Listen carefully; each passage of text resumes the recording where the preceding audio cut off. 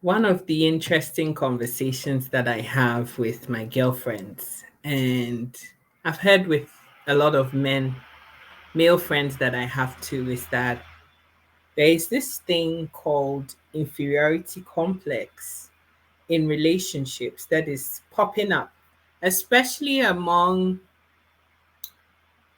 white collar professional people seeking relationships and love with just people in general. So I'll give you an example. I know a guy who it's a white collar job, top notch. He's got everything. He's got his house. He's well situated in life, and he's looking for a partner. He meets a blue collar job woman who, you know, her job doesn't really require a lot of academic excellence to be able to do that. And the relationship started off beautiful. They understood each other and life was good. The boyfriend, obviously, being the one that has a white collar job and goes to lots of meetings and parties and activities like that, wanted to go out with, you know, the girlfriend and show her off. Like he's excited, he's got a woman in his life finally, and he wants his friends and his work colleagues to meet. But the woman has a big problem. She doesn't feel comfortable in a circle of white collar job people where they're all academically inclined and they're all professionals. That one's a doctor, this one is in legal, this one is a chemical engineer, that one is a petroleum engineer, this one's wife is a doctor. And that was suddenly creating problems and creeping into their relationship. So the guy's comfortable. He's happy with his woman. She's pretty. She's everything that he wants. But the woman does not feel comfortable as soon as they're not in their own space as a couple and they have to go out and meet other people that the guy knows, either through work or socially or whatever, because she doesn't feel that she measures up. Her manner or uh, command over the English language wasn't top notch. And the problem was always about what she's going to talk about with white collar job people. The sorts of things that she's interested in may not be the things that white collar job people want to talk about. And she felt intimidated and misplaced.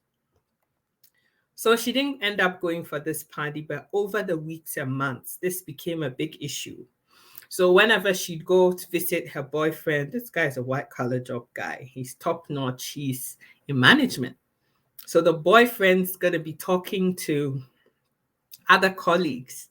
And unfortunately for him, one of the project managers that he was working with was a woman. And yes, it's a project that he is in charge of ultimately. So he had a lot of dealings with this woman. They talk a lot. There were stages of the project where minute by minute, she needed to let him know what was going on because it was crucial. It was a pipeline that they were building. And this constant interaction with a female colleague, which will sometimes result in outbursts and laughter, them eating at their table whilst trying to work deep into the night, also became an issue for his girlfriend because she felt, oh, why is this other woman spending an awful lot of time with my man? He seems to be happy and excited whenever he's talking to her. And maybe this woman is going to take my boyfriend away from me. I've equally met women who are white collar professionals, engineers, doctors, lawyers, teachers, name it. And they've got a job, they're secure, they're stable, and they're just looking for somebody to be with. You would think um, somebody's status or whatever profession somebody has is too much of a minor tweak, a minor thing for couples to be having deep seated arguments over. But I kid you not, it is a thing. So this lady is into blue collar job men, plumbers, electricians, um, interior designers, gardeners. She didn't have no problem. Profession was not the issue. All she cares about is be self sufficient and empowered. Finished. And it was good when they were together alone. They travel, they go on trips, they do their thing, whatever.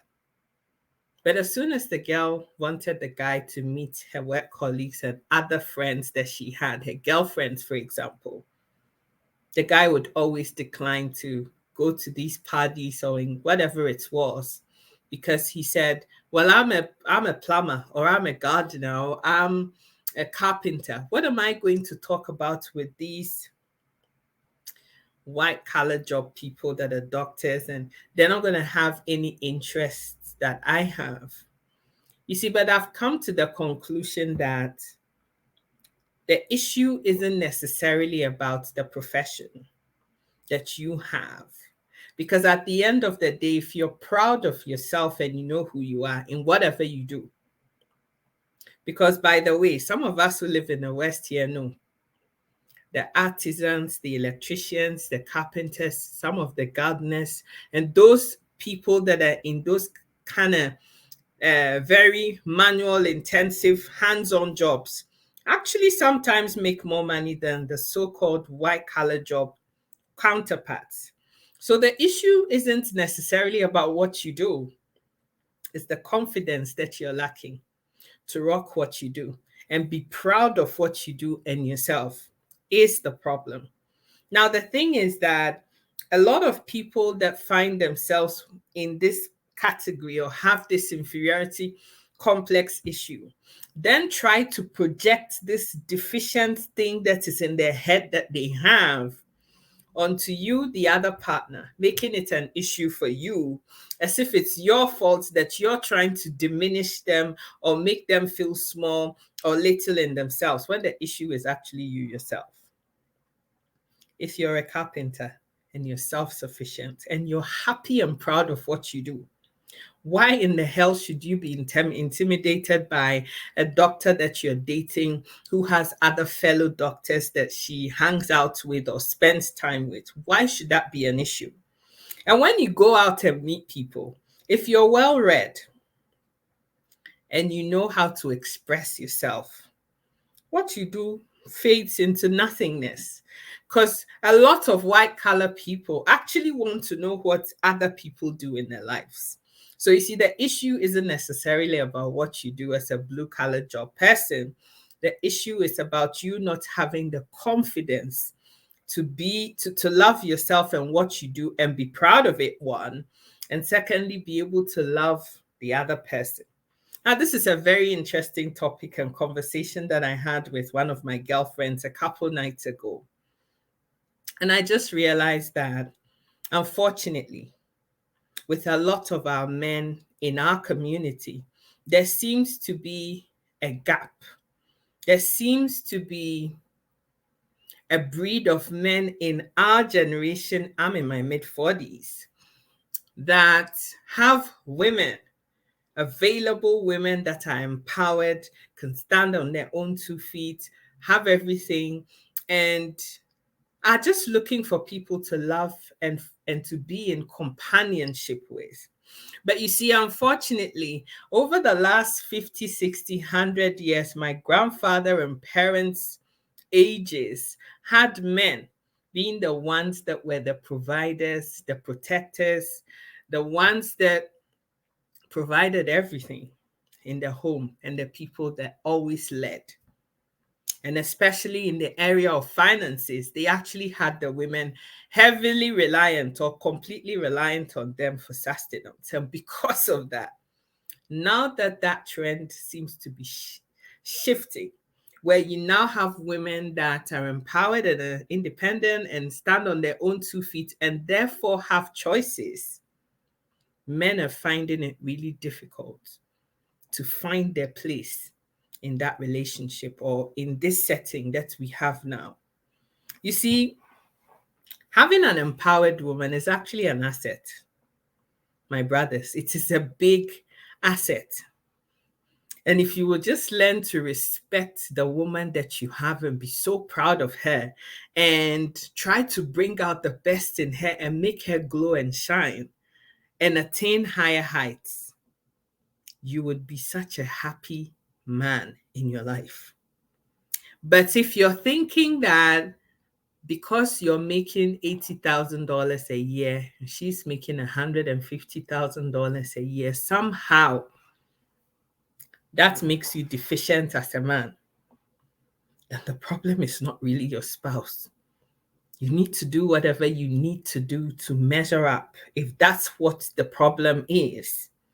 And stop making it about the woman. So some people, when you're in this relationship with a white collar professional and you're trying to make it her fault, as if it was her fault that you chose the blue collar profession that you have, and you're mad at her that she's making more money than you. It doesn't even make any sense. So some people either try to stop the women from working once they get with them and they're marrying them, or if they're allowed to work, they want them to only work part-time so that they can apparently take care of them and the homestead and the children, and try to do everything humanly possible to cut back on the woman's potential to soar like an eagle in the marriage or committed relationship.